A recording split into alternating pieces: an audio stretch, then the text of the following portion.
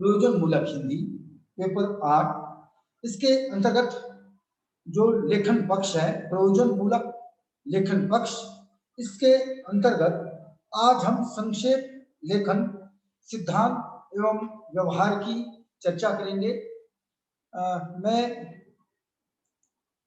आपके लिए सुविधा के लिए स्क्रीन पर ये देखिए लेखन पक्ष, जिसमें हमारे प्रारूपण हुआ है, टिप्पण हुआ है। आज जो हम देख रहे हैं वह है संक्षेपण विभाग। इसको हम आज देखेंगे। संक्षेपण किसे कहा जाता है, संक्षेपण, या ये क्या होता है, इस तरह से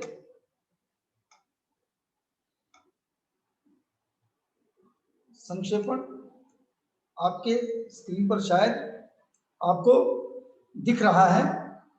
तो संक्षेपण शब्द अंग्रेजी के प्रसी जो है PRECIS, प्रसी का हिंदी अनुवाद है। मूलतः यह फ्रेंच का प्रोड्यूसर शब्द से निकला है।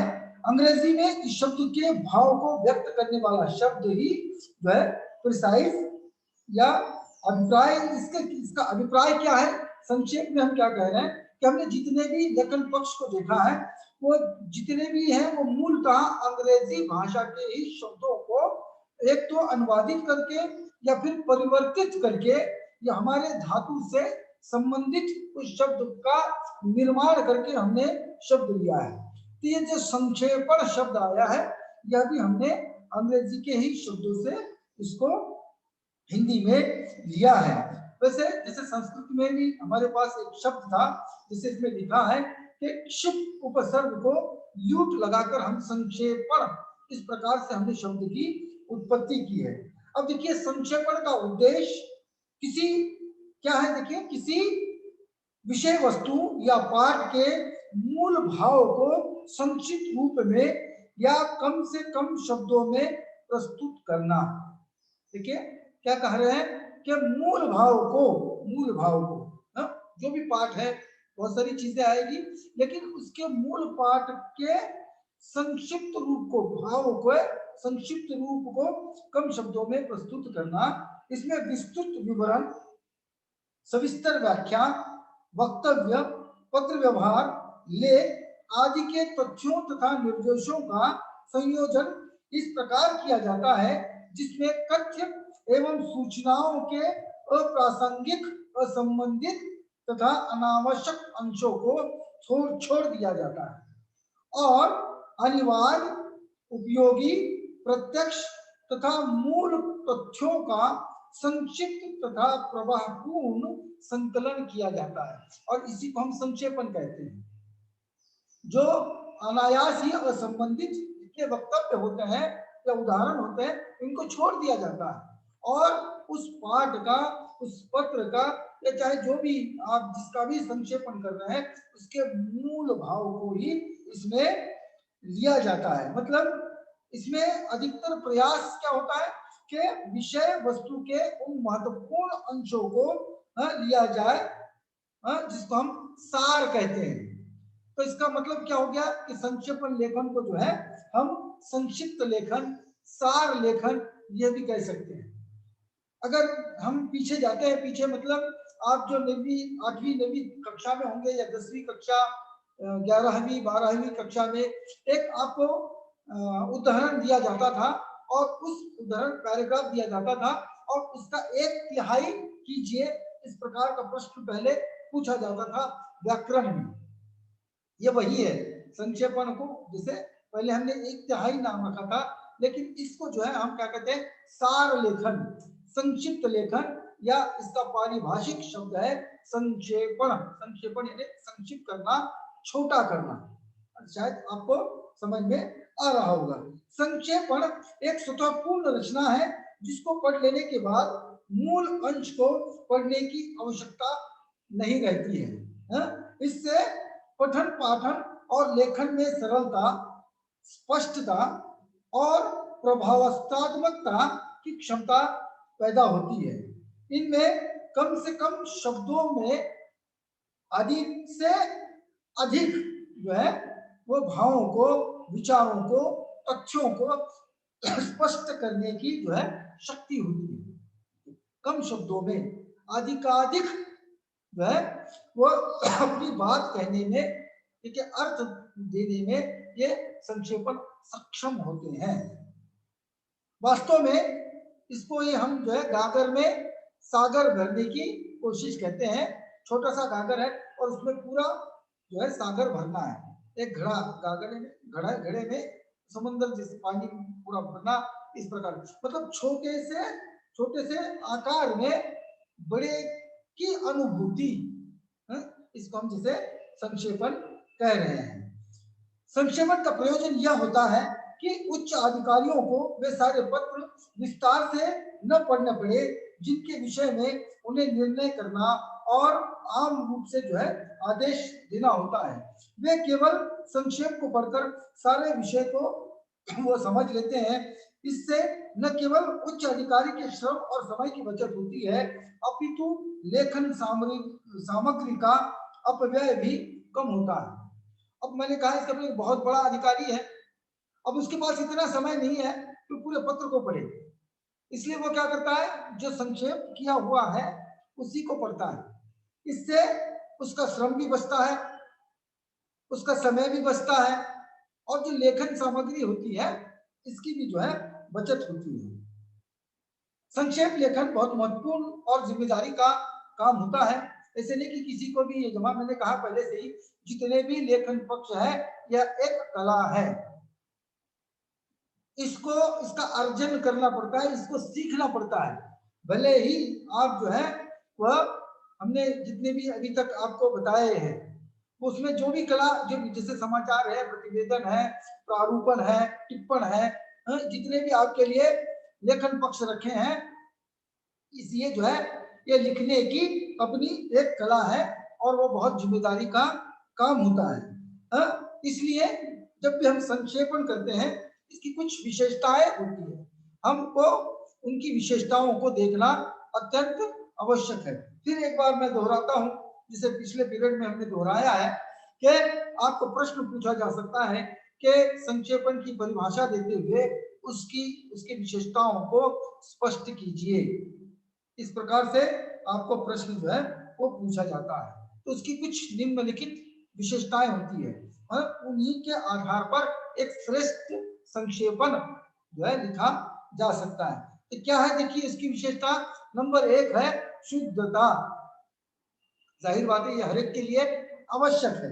क्या है कि मूल पाठ में जो तथ्य और संदर्भ हो उनका अर्थ सही रूप में दिया जाए ताकि वह मूल पाठ के अनुरूप हो, शुद्ध हो। जो मूल पाठ में लिखा हुआ है वही जो है शब्द इसमें भी आ जाए, और वह भी कैसे, शुद्ध, ताकि क्या है उस पाठ का भाव जो है वो परिवर्तित न हो। नंबर 2 है संक्षिप्तता।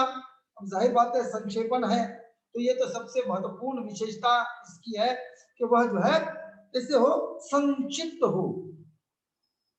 संक्षिप्त हो इसका मतलब ये नहीं कि बहुत ही छोटा हो, आकार में 1/3 हो, कम हो, लेकिन उस कम में, संक्षिप्त में पूरे बात को, पूरे पाठ को उसमें लिया जाए। जैसे जैसे हम कहते हैं कि इससे व्यर्थ के दृष्टांत, व्याख्या और वर्णन नहीं होना चाहिए। इसमें जैसे संक्षेप कर रहे हैं तो व्यर्थ की व्याख्या, कोई व्याख्या करता है तो उस व्याख्या को ही हम जो है लिख रहे हैं, या फिर जो है इसमें कोई वर्णन वगैरह है किसी चीज का, वर्णन की वगैरह आवश्यकता संक्षेपण में नहीं होती है। छोटी छोटी बातें हैं, विशेषताएं, इनको हम ध्यान में रखते हैं, एक अच्छा संक्षेप जो है संक्षेपण हम कर सकते हैं। और तीसरी विशेषता देखिए स्पष्टता। मतलब स्पष्ट हो, अर्थ स्पष्ट हो। स्पष्ट यानी अर्थ, जो आप मूल पाठ का संक्षेप कर रहे हैं वो पूरा के पूरा पाठ जो है उस संक्षेप में आ जाए, इसलिए हम इसको स्पष्टता कह रहे हैं। इसके बाद नंबर 4 स्वतः पूर्णता। मतलब वो जो संक्षेपण या संक्षेप आपने किया है, जो पैराग्राफ को या मूल पाठ को, किसी पत्र को संक्षेपण किसी का भी हो सकता है। तो जिसका भी आपने संक्षेपण किया है वो अपने आप में पूर्ण हो। मतलब क्या है कि अनावश्यक अंशों को उसमें से छोड़ दिया जाए और जो आवश्यक चीजें हैं, आवश्यक अंश है ना, उसमें पूरी तरह से आने चाहिए जो मूल पाठ में है। मतलब वो संक्षेपण अपने आप में पूर्ण हो। ऐसे नहीं कि मूल पाठ का कोई एक महत्वपूर्ण घटक है, उस अंश को ही तुमने छोड़ दिया है ना। बहुत बार ऐसे होता है। मैंने विद्यार्थी को कहा कि इसका संक्षेप कीजिए, 1/3 में लिखिए। तो बच्चे ने क्या किया, एक पंक्ति को छोड़ा, एक पंक्ति को लिख दिया, 2 पंक्तियों को छोड़ा, अगली पंक्ति को लिख दिया, कहा कि सर संक्षेप हो गया। ऐसे नहीं होता है ना। जितने भी अंश या घटक उस मूल पाठ में आए हैं, उन मूल पाठ के पूर्ण अंशों को संक्षेप में लेना चाहिए। इसको हम कहते हैं कि स्वतः पूर्णता। अब बाद में देखिए अगली विशेषता है सरलता। मतलब क्या है कि ये सरल हो, क्लिष्ट न हो, जटिल न हो, मुश्किल न हो। तो इसलिए हमको क्या करना चाहिए कि इसको जो है, जो भी हम शब्दों का प्रयोग कर रहे हैं वह एक तो प्रभावपूर्ण हो और वह स्वयं जो है वो सरल हो। शब्दों का जब चयन करते हैं हम संक्षेप लेखन के लिए, वो सीधे और सरल हो। कोई जटिल और मुश्किल यदि शब्द आपने डाल दिए और तो क्या होगा, जो पढ़ने वाला है, जो संक्षेपण पढ़ने वाला है, उसको शब्द का अर्थ का ही ज्ञान यद्यपि नहीं आता है या काफी मुश्किल इसको जाती है, तो मूल पाठ उसके समझ में नहीं आएगा। इसीलिए सरल से सरल शब्दों का प्रयोग उसमें होना चाहिए। उसके बाद है देखिए क्रमबद्धता। क्रमबद्धता मतलब क्या है, जो मूल पाठ है, मूल पाठ, मैं बार बार मूल पाठ कह रहा हूं, मतलब जिसका आपने संक्षेपण करना है, जिसको आपको जो है जिसका सार लिखना है, उसको हम मूल पाठ कहते हैं, है ना। और उसी का हम क्या कर रहे हैं, 1/3 कर रहे हैं, यानी संक्षेपण कर रहे हैं। तो उसमें क्रमबद्धता होनी चाहिए। जैसे कोई 5 घटनाएं हैं, 5 इसके अंश है, आपने चौथा अंश पहले लिखा, पहला बाद में लिखा, उसके बाद तीसरा लिखा, उसके बाद दूसरा लिखा, तो ये से नहीं चलेगा, है ना। उसकी जो वाक्य की योजनाएं हैं, संरचना हम जिसको कहते हैं, ये क्या है, अपने आप में जो है क्रमबद्ध होनी चाहिए। तभी क्या होता है, प्रवाह आता है पढ़ने में या उस घटना को समझने में। एक प्रकार का संतुलन और प्रवाह जो है वो होना चाहिए। इसके लिए क्या है, क्रमबद्धता। जिस क्रम में जो चीज है उस क्रम में उसको रखना, यही महत्वपूर्ण होता है। इसको हम भाषा की संरचना कहते हैं। समझ में आ रही बात आपको? तो उस संरचना के हिसाब से यदि आप संक्षेपण करते हैं, इसको हम जो है वह क्रमबद्धता कहते हैं। ये जो है 6 इसकी कुछ सामान्य विशेषताएं थी। अब देखिए एक अच्छे संक्षेपण लिखने के लिए किन किन नियमों को हमको देखना पड़ेगा, किन किन चीजों को जो है हमको समझना पड़ेगा, जिससे जो है संक्षेपण हमारा अच्छा हो जाएगा। उसके कुछ एक नियम उपनियम बनाए गए हैं और इन्हीं नियमों को और विशेषताओं को ध्यान में रखकर ही हमें जो है संक्षेपण करना चाहिए, और वही संक्षेपण जो है वो श्रेष्ठ कहलाएगा, जो इन नियम उपनियमों को लेकर संक्षेपण किया गया हो या लिखा गया हो। तो इसके नियम में देखिए क्या है कि नंबर 1, पाठ को समझने के लिए कम से कम 2-3 बार पढ़ना चाहिए, ताकि वह पाठ का वस्तु विश्लेषण किया जा सके।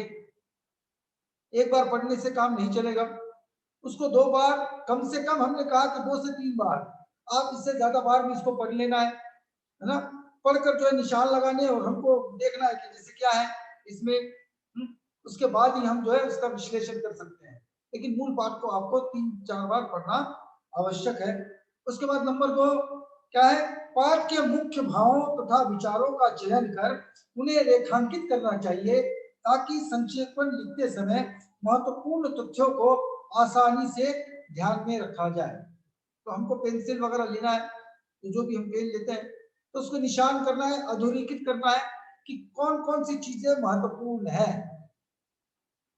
कौन सा अंश इसमें महत्वपूर्ण है, उस मूल पाठ में उसको हमको क्या करना है, रेखांकित करना है, जिसको हम अंडरलाइन करते हैं या हम निशान लगाते हैं, काउंट्स करते हैं, ताकि क्या है, हमें आसानी से जब संक्षेपण करते हैं तो हमारा ध्यान उस ओर जाए। नंबर 3, ऐसा करने के बाद उन मुख्य भावों और विचारों को अपनी भाषा में लिखना चाहिए। ये जरूरी नहीं कि जो मूल पाठ की भाषा है उसी पाठ में आप संक्षेपण करें, यह भी आवश्यक है कि आप वह अपनी भाषा में उसको लिखे। जहां तक संभव हो सके उस पाठ की भाषा या वाक्य योजना नहीं लाना चाहिए, अन्यथा सार में मौलिकता नहीं आ पाएगी। इसके अतिरिक्त यह भी ध्यान में रखना चाहिए कि शैली अलंकृत नहीं होनी चाहिए और नहीं इसमें मुहावरों या कहावतों का प्रयोग होना चाहिए। मतलब आपने अपने दिल से अपनी सरल भाषा में उसका यदि आप संक्षेपण करते हैं, सार लिखते हैं, तो ये बहुत बढ़िया है, ये आवश्यक नहीं है, लेकिन इस तरह से करते हैं ये भी बढ़िया है। उसके अतिरिक्त जो है इसमें कोई अलंकार या छंदों का प्रयोग नहीं करना चाहिए, कोई लोकोक्ति या फिर मुहावरों का प्रयोग इसमें देने की कोई जरूरत नहीं है, या अपने अपने दिल से ही कुछ उदाहरण इसमें जोड़ रहे हैं, इसकी आवश्यकता इसमें नहीं होती है। मतलब जो है, जो सार लेखन है, संक्षेप लेखन में जो है आपको अपनी भाषा में वो करना है ताकि मौलिकता बनी रहे। मौलिक किसको कहते हैं, मौलिक जो स्वयं लिखता है व्यक्ति, उसको हम मौलिक कहते हैं, है ना। तो ये मौलिक भी दिखना चाहिए। नंबर 4 क्या है कि वर्णनात्मक वाक्यों को सूत्र रूप में या सूत्र रूप में या समस्त पदों में रखने का प्रयास किया जाना चाहिए। प्रत्यक्ष कथन के स्थान पर परोक्ष कथन जो है देना चाहिए। इस प्रकार वह अन्य पुरुष में होना चाहिए। जैसे इसके पूर्व भी हमने देखा, टिप्पण लेखन में भी देखा, और भी आगे देखेंगे, समाचार में भी देखेंगे कि यहाँ पर प्रथम पुरुष का प्रयोग नहीं करना चाहिए। प्रथम पुरुष यानी मैं वहां पर था नहीं, मैंने देखा नहीं, मैं और मैंने, इसका अर्थ होता है प्रथम पुरुष, एक वचनी प्रथम पुरुष, वे द्वितीय पुरुष, है ना, ये वे यानी दूसरे, और मैं यानी मैं। इसलिए हमको इसको क्या कहते हैं, व्याकरणिक दृष्टि से मैं या मैंने को प्रथम पुरुष कहा जाता है। इसमें प्रथम पुरुष नहीं होना चाहिए, अर्थात ही मैं या मैंने का प्रयोग जो है संक्षेपण में नहीं होना चाहिए। तो क्या होना चाहिए, तो संक्षेपण यथासंभव भूतकाल में लिखा जाना चाहिए, जब तक उसमें कोई वास्तविक सत्य न हो। जो भूतकाल है, भूतकाल किसको कहते हैं, 3 काल है, भूतकाल, वर्तमान काल और भविष्य काल। भूतकाल जो होकर गया है, वर्तमान जो चल रहा है, और भविष्य काल जो होगा।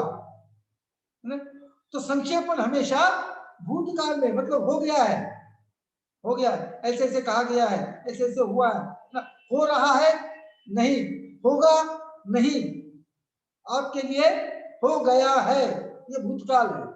हो रहा है वर्तमान काल है, होगा भविष्य काल है ना। इसीलिए ये जो संक्षेपण जब आप करते हैं तो ये पूरा के पूरा संक्षेपण भूतकाल में ही होना चाहिए। संक्षेपण लिखते समय अपनी ओर से कुछ भी नहीं जोड़ा जाना चाहिए, या उससे जो है रुचि या अनुरुचि के दोष से बचना चाहिए। यह बात ध्यान में रखना जरूरी है कि पाठ की कोई आवश्यक बात न रह जाए। इसमें स्पष्टता, क्रमबद्धता और पूर्णता का होना जरूरी है, जिसे हमने पहले ही कहा। जब आप संक्षेपण कर रहे हैं कोई चीज का और आपकी रुचि इसमें नहीं है, किसी शब्द में नहीं है, किसी घटना में नहीं है, तो आप उसको छोड़ देंगे, ऐसे नहीं होगा। आपकी रुचि अरुचि जो है, या अपने दिल से कुछ ज्यादा ही इसमें जोड़ दिया है, ऐसे नहीं चलता है, और संक्षेपण अच्छा नहीं होगा। उसके बाद नंबर 7 का नियम है, यदि आवश्यक हो तो संक्षेपण का शीर्षक भी देना चाहिए। यह ध्यान में रहे कि शीर्षक अपनी भाषा में होना चाहिए, यथासंभव छोटा होना चाहिए। देखिए बहुत बार हमको शीर्षक से ही उस कहानी का पता चल जाता है, उस पाठ का पता चल जाता है। तो शीर्षक हो सके तो हम अपने दिल से दे दे। उस मूल पाठ को जब हम पढ़ते हैं, उसका जब हम संक्षेपण करते हैं, तो शीर्षक भी हम अपने मन का दे दे। और शीर्षक भी कैसे हो, छोटा हो। शीर्षक यानी नाम जिसे हम कहते हैं, क्योंकि नाम से ही सब कुछ जाना जाता है। तो शीर्षक से ही, जैसे हमने कहा संक्षेपण अर्थ क्या है, छोटा होना, छोटा करना, सार लिखना, संक्षेपण एक तरह से शीर्षक है। तो संक्षेपण जो किया गया है, हो सके तो इसको जो है शीर्षक देना है, वह भी अपने हिसाब से ये देना है, और ये आकार में छोटा हो, बहुत बड़ा न हो। और अंतिम देखिए इसका नियम, अंतिम जो 8 है, क्या है, संक्षेपण के प्रारूप को पूरा लिखने के बाद उसको 2-3 बार अवश्य पढ़ लेना चाहिए, ताकि उसमें कोई दोष न रहे, और दोष हो तो उसे दूर किया जा सके। मतलब जो भी आप संक्षेपण किया, जैसे हमने कहा मूल पाठ को आपको 3-4 बार पढ़ना है, 2-3 बार तो पढ़ना ही पढ़ना है।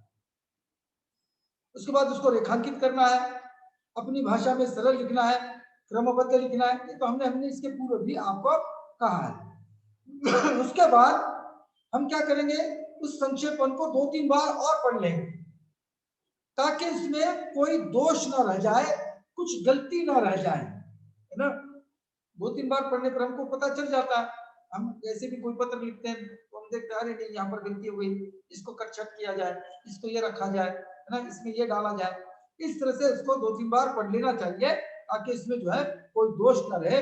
और अंत में एक बार मूल पाठ से उस संक्षेपण की तुलना कर लेनी चाहिए। यह ज्ञात हो जाए कि उसमें आवश्यक तथ्य छूट तो नहीं गए हैं, और अंत में जब आप संक्षेपण 2-3 बार पढ़ लेते हैं, तो मूल पाठ को भी पढ़ना चाहिए, और फिर देखना चाहिए कि मूल पाठ के पूरे जितने भी अंश, घटनाएं उस संक्षेपण में आई है या नहीं आई है ना। इससे हमको जो है हम तुलना करेंगे, और तुलना करके ही हम बता सकेंगे कि हाँ ये पूर्ण रूप से आए हैं। ये कुछ नियम है, इन नियमों को लेकर ही एक अच्छा संक्षेपण जो है आप कर सकते हैं, या किसी मूल पाठ का सार जो है, कथासार जिसको हम कहते हैं, वो सार जो है आप लिख सकते हैं। अब देखिए मैंने पहले ही कहा था कि जो संक्षेपण है वो कई प्रकार का होता है। हर एक लेखन पक्ष का संक्षेपण आप कर सकते हैं। तो उसी आधार पर कुछ प्रकार विद्वानों ने इसके बताए, जिसमें से हम कुछ प्रकार मतलब संक्षेपण के महत्वपूर्ण प्रकारों पर प्रकाश डालेंगे, जिसमें से नंबर 1 है पत्राचार का संक्षेपण। अब पत्राचार का संक्षेपण यानी, अब जाहिर बात है इसके लिए मुझे ज्यादा कुछ कहने की आवश्यकता नहीं है। इसके पूर्व हमने बार बार इसका उल्लेख किया है कि महाराष्ट्र शासन भारत सरकार को पत्र लिखता है, भारत सरकार महाराष्ट्र सरकार को पत्र लिखता है, या एक सरकार दूसरी सरकार को पत्र लिखती है, एक सरकार किसी निजी कंपनी को पत्र लिखता है। बहुत सारे पत्र ये चलते ही रहते हैं। उसी को हम जो है पत्राचार कहते हैं, और उसका संक्षेपण देखिए कि कार्यालयीय संदर्भ में उच्च अधिकारियों को कई पत्रों, आवर्तियों, नियमों, विनियमों आदि को देखना पड़ता है, और इसके बारे में आदेश, विदेश या अनुदेश जारी करने पड़ते हैं। यदि ये बहुत लंबे हो या जो है इनको लिए समय नहीं है, ये बहुत अधिक लंबे हैं, तो इन सभी कागजातों को वो पढ़ नहीं पाएंगे। समय का अभाव है, बड़े बड़े अधिकारी हैं, है ना, उनको पूरा पत्र पढ़ना और आदेश देना ये संभव नहीं है। इसके लिए क्या करते हैं, ये संक्षेपण पढ़ते हैं और उसी आधार पर निर्णय लेते हैं, निर्देश देते हैं, आदेश देते हैं, नियम उपनियम जो है वो बनाते हैं। अतः ये चाहते हैं कि उनके पास जो कागजात भेजे जाए उनका संक्षेपण या सार भेजा जाए, और जिनमें मूल संदेश का आशय स्पष्ट हो। इसके अतिरिक्त कार्यालय में नए नियम विनियमों का स्वतः पूर्ण संकेत मिल जाए तो तो थोड़े समय में निर्णय लेने में आसानी हो जाती है। जिसे हमने कहा है उनके पास इतना समय नहीं है, इसलिए वो चाहते हैं कि उस पत्र का सार लिखा जाए, संक्षेप में लिखा जाए, और वही पढ़कर जो है वो आदेश देते हैं या नियम उपनियम बनाते हैं। ये महत्वपूर्ण जो है प्रकार है संक्षेपण का, पत्राचार का संक्षेपण। बहुत सारी चीजों का संक्षेपण होता है, मैंने कहा कोई उदाहरण उनको दिया जाता है। कोई हमने कहा कि उपन्यास है, उपन्यास का कथासार लिखिए। देखिए सबसे अच्छा मैं आपको प्रश्न बता देता हूँ आपका, केवल मैं प्रयोजन मूलक हिंदी के बारे में ही बात नहीं कर रहा हूँ, चाहे आप अंग्रेजी ले लो या कोई भी भाषा ले लो, उसमें आपके लिए जो पाठ्यक्रम में बहुत बड़े बड़े उपन्यास रखे गए हैं, नाटक रखे गए हैं, आपको कविताएं कहानियां रखी गई है, और आपको प्रश्न पूछा जाता है कि अमुक अमुक उपन्यास का कथासार लिखिए। अब कथासार यानी पूरी कथा लिखते हैं क्या, पूरे उपन्यास को लिखते हैं क्या? नहीं, और ये याद रखना भी संभव नहीं है। अरे आपको क्या, जिसने उपन्यास लिखा है उसको भी पूरा उपन्यास याद नहीं रहता है। हाँ, लेकिन जो महत्वपूर्ण घटनाएं हैं या महत्वपूर्ण अंश है वो याद रह जाता है। इसलिए आपको प्रश्न क्या पूछा जाता है कि अमिता उपन्यास के या आपका बंटी उपन्यास के कथासार को लिखिए, कथासार को अपने शब्दों में लिखिए, इस प्रकार से प्रश्न पूछा। ये क्या है? ये यही है। लेकिन जब हम प्रयोजन मूलक की बात करते हैं तो हमने केवल क्या देखा है, यहाँ पर पत्राचार का संक्षेपण हमने देखा है। अब देखिए, अब आपके सामने जो है अभी समय हमारे लिए है, तो हम संक्षेप में एक उदाहरण आपको इसका बता देते हैं। एक उदाहरण यानी उदाहरण अलग बात है, उदाहरण यानी जिसे पैराग्राफ को कहा जाता है हिंदी में। तो एक पैराग्राफ हमने आपको दिया है और उसका संक्षेपण जो है आपको करना है। अब हम आपको जो है यहीं पर बता देते हैं कि कौन कौन सी चीजें इसमें महत्वपूर्ण है। आप ही देख लीजिए, नीचे हमने उसका जो है संक्षेपण भी किया है। देखिए उदाहरण, मैं थोड़ा सा इसको नीचे ले लेता हूं तो आपको जो है यह उदाहरण भी समझ में आ जाएगा। ये देखिए उदाहरण, संक्षेपण का उदाहरण हमने दिया है, आपको दिखाई दे रहा होगा, तो आप इसको पढ़ लीजिए। ये बहुत बड़ा है और इसका हमको संक्षेपण करना है जो हमने नीचे किया है। क्या है देखिए, अब अंतरराष्ट्रीय बाजार में भारतीय उद्योग विदेशी उद्योगों से टक्कर लेने की क्षमता कैसे पैदा करें, यह एक बहुत बड़ी चुनौती है। शुरू में देश के अर्थतंत्र में मूल क्षेत्र के उद्योगों की स्थापना में सरकार ने मुख्य उद्योगों की महत्वपूर्ण भूमिका जो है वो निभाई है। राष्ट्रहित में आधारभूत उद्योगों की आवश्यकता को समझते हुए बहुत से उद्योगों को अनेक प्रकार से संरक्षण प्रदान किया और देश विदेश के प्रतिद्वंदी उद्योगों द्वारा मुकाबले की चोट से बचाने की कोशिश की गई। पिछले 3 दशकों में कुछ महत्वपूर्ण क्षेत्रों में कई उद्योगों ने काफी उन्नति की है।